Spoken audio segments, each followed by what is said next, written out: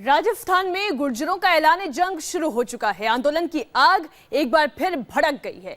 5% आरक्षण को लेकर गुर्जर समाज के लोगों ने सवाई माधोपुर में रेलवे ट्रैक पर कब्जा कर लिया है। पुरुषों के साथ महिलाएं भी लाठी डंडे लेकर पटरियों पर डटी हुई हैं। आखिर गुर्जर आंदोलन में कितनी चुनावी आग है, आप खुद देख लीजिए।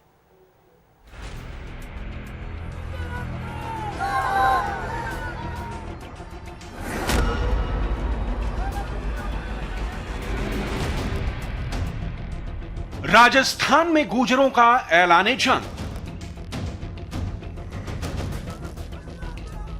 रेलवे ट्रैक पर गुर्जरों का महाधरना।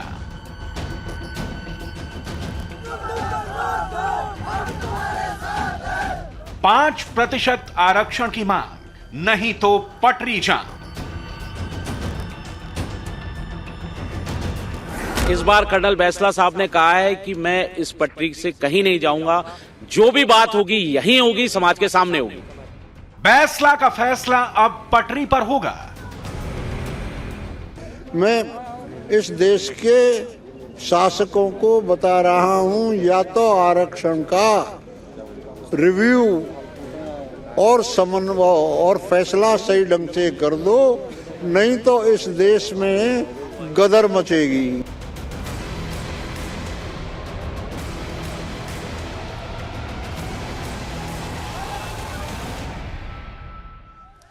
आरक्षण को लेकर गुर्जर समाज एक बार फिर रेलवे ट्रैक पर धरना दे चुका है।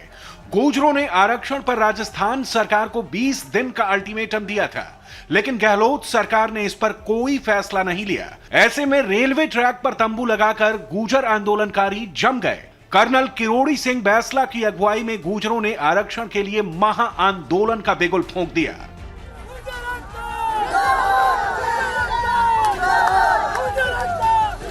मुझे अपने ऊपर ट्रस्ट है, मैं लेके जाऊंगा। कर्नल बैंसला जिंदाबाद, आंदोलन ऐसे ही चलता रहेगा। I don't talk about others, I talk about myself. I believe in my Almighty God, in my own convictions, in my own dedication and devotion towards these people.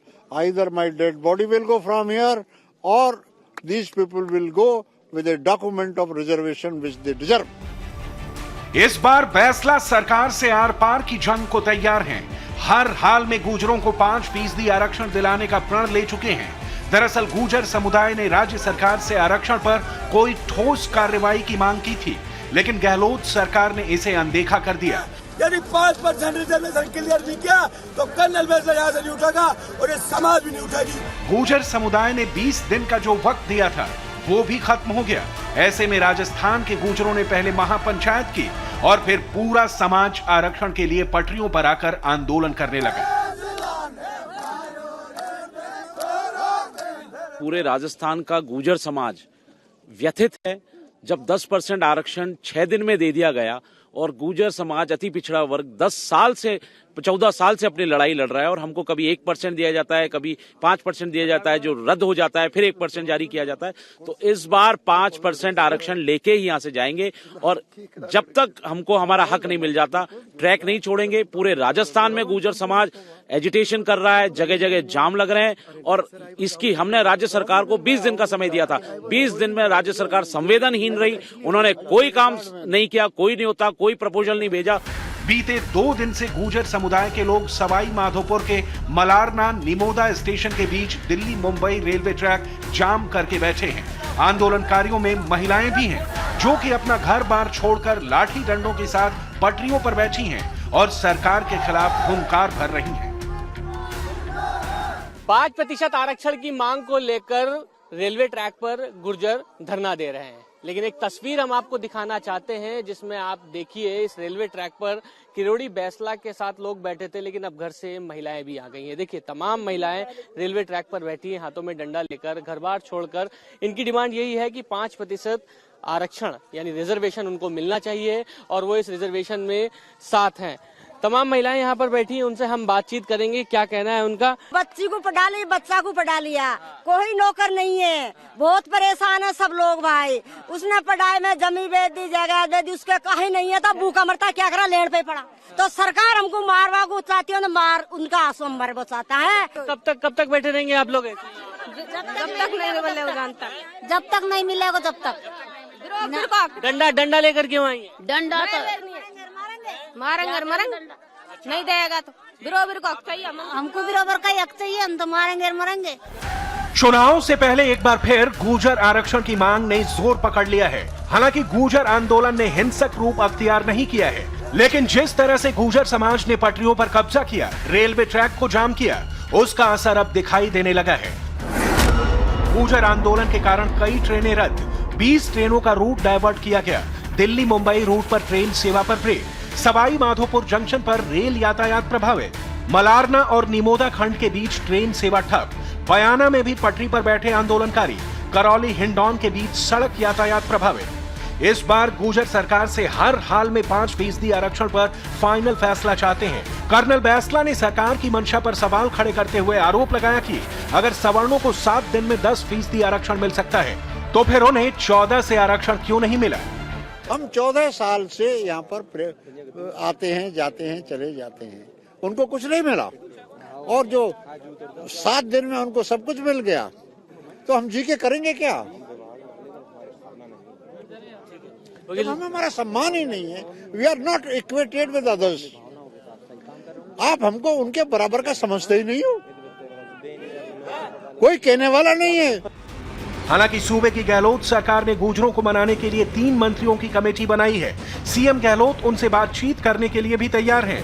आज सरकार की तरफ से मंत्रियों का डेलीगेशन कर्नल बैंसला से मिलने पहुंचा और 5% आरक्षण की मांग कर रहे गुर्जर आंदोलनकारियों को विश्वास दिलाया कि बातचीत के जरिए मसले का हल संभव है।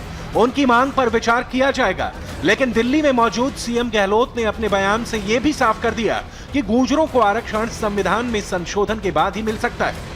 ऐसे में उन्हें प्रधानमंत्री को चिट्ठी लिखनी चाहिए ताकि 5% गुर्जर आरक्षण पर कोई ठोस फैसला हो। इनकी मांग एक्स्ट्रा रिजर्वेशन की जो 5% की है, बार बार असेंबली में कानून बनता है, हम लोग लागू करते हैं और हाईकोर्ट में वो रिजेक्ट हो जाता है। अभी भी जो उनकी मांग है, वो मांग तब पूरी होगी, तब संविधान में संशोधन होगा। जब ये बात हम जानते हैं, तो फिर मैं समझता हूँ कि बैसला जी को और उनके साथियों को चाहिए कि वो जाके ज्ञापन दे प्रधानमंत्री जी को, गृह मंत्री जी भारत सरकार को ज्ञापन दे, अपनी बात को कहे, अपनी भावना बताए उनको, बजाय इसके कि वहाँ पे कोई लॉ एंड ऑर्डर की स्थिति पैदा हो, वो उचित नहीं कहा जा सकता है। सुना आपने, कांग्रेस ने अपने मैनिफेस्टो में गुर्जरों को आरक्षण देने की बात कही, लेकिन सरकार बनते ही गुर्जर आरक्षण पर पासा केंद्र सरकार की तरफ फेंक दिया है। ऐसे में बड़ा सवाल यह है कि सीएम गहलोत के इस बयान पर कर्नल बैसला क्या करते हैं? अब गुर्जर समुदाय क्या कदम उठाएगा?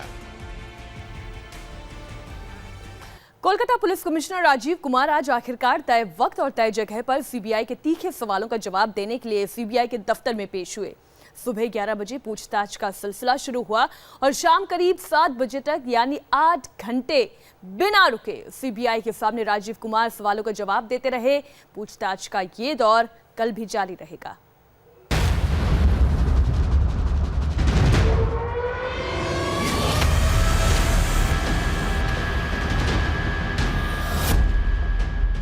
जिस लाडले अधिकारी को बचाने के लिए सीएम ममता बनर्जी सड़क पर उतर आए, सीबीआई की कार्रवाई पर रात में ही धरने का बिगुल फूंक दिया। अपने जिस अफसर की खातिर कोलकाता पुलिस सीबीआई से भिड़ गए और पूछताछ के लिए पहुंची सीबीआई टीम को हिरासत में ले लिया। कोलकाता के वो police commissioner Rajiv Kumar CBI के सवालों से बच नहीं सके, सीबीआई के सामने अपनी पेशी को रुकवा नहीं सके।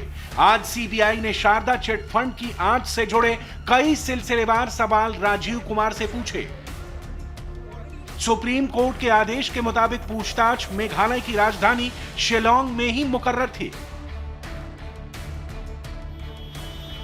सुबह करीब 10:55 पर राजीव कुमार शिलांग में सीबीआई के दफ्तर पहुंचे। उनके साथ उनके वकील विश्वजीत देव और कोलकाता पुलिस के 2 अफसर भी मौजूद थे। कोलकाता पुलिस के कमिश्नर राजीव कुमार शारदा चिटफंड घोटाले में जांच में शामिल होने के लिए सीबीआई के ऑफिस पहुंच चुके हैं। शिलोंग में यह ऑफिस है जहां सुप्रीम कोर्ट के आदेश के बाद पूछताछ में शामिल होने के लिए वो पहुंचे हैं, जो कि अपने वकील और 2 सीनियर अधिकारियों के साथ पहुंचे हैं। राजीव कुमार से पूछताछ करने के लिए यहां सीबीआई दिल्ली से टीम पहुंच चुकी है और उनकी गाड़ी अब सीधे सीबीआई दफ्तर के अंदर घुस चुकी है। सुबह 11 बजे कोलकाता पुलिस कमिश्नर राजीव कुमार से सीबीआई की पूछताछ का सिलसिला शुरू हुआ। लिहाजा सुप्रीम कोर्ट की तरफ से पूछताछ के लिए मिले आदेश के बाद सीबीआई पूरी तैयारी के साथ बैठी थी। चिट फंड घोटाले की जांच में छेड़छाड़ से जुड़े और दूसरे कई सवाल तैयार किए जा चुके थे। पूछताछ टीम को बस इंतजार था 9 फरवरी आने का। सीबीआई ने सुप्रीम कोर्ट में बताया था कि राजीव कुमार जब एसआईटी के प्रमुख थे तो उन्होंने जो सबूत इकट्ठा किए वो सबूत पेश नहीं किए, जिसकी वजह से पूछताछ करना चाहती है सीबीआई उनसे और उसी पूछताछ में शामिल होने के लिए राजीव कुमार यहां पहुंच चुके हैं। साथ में उनके वकील हैं। राजीव कुमार सीबीआई दफ्तर में कड़ी सुरक्षा के बीच दाखिल हुए। पूछताछ के लिए दिल्ली से स्पेशल सीबीआई टीम शिलोंग पहुंची थी। टीम में 12 सीबीआई के अफसर शामिल थे। सभी ने कोलकाता के कमिश्नर साहब के सामने सवालों की लड़ी लगा दी। पूछताछ की कार्रवाई का आगाज हुआ। मुख्य आरोपी की जो कॉल डिटेल सीबीआई को एसआईटी ने दी, उसमें छेड़छाड़ किसने की? क्या आपको पता था कि उसमें से कई नंबर गायब किए गए थे? जिन फोन नंबरों को गायब किया गया था, क्या आप उन लोगों को जानते थे? एसआईटी प्रमुख होने के नाते आपने कुछ आरोपियों के लैपटॉप वापस क्यों किए? जांच के दौरान कितनी हार्ड डिस्क और पेन ड्राइव बरामद हुए थे और अब वो कहां हैं? इन धोखेबाज कंपनियों ने किन किन राजनीतिक पार्टियों को चेक के जरिए चंदा दिया था? क्या ऐसे चेक छापे के दौरान आपकी टीम ने बरामद किए थे? यदि हां, तो आपने क्या कार्रवाई की थी और वो दस्तावेज कहां हैं? शारदा घोटाले में Kolkata police commissioner Rajiv Kumar CBI के सामने पेश होने के बाद अब लगभग 8 घंटे की पूछताछ में हिस्सा लेने के बाद यहां से निकल चुके हैं।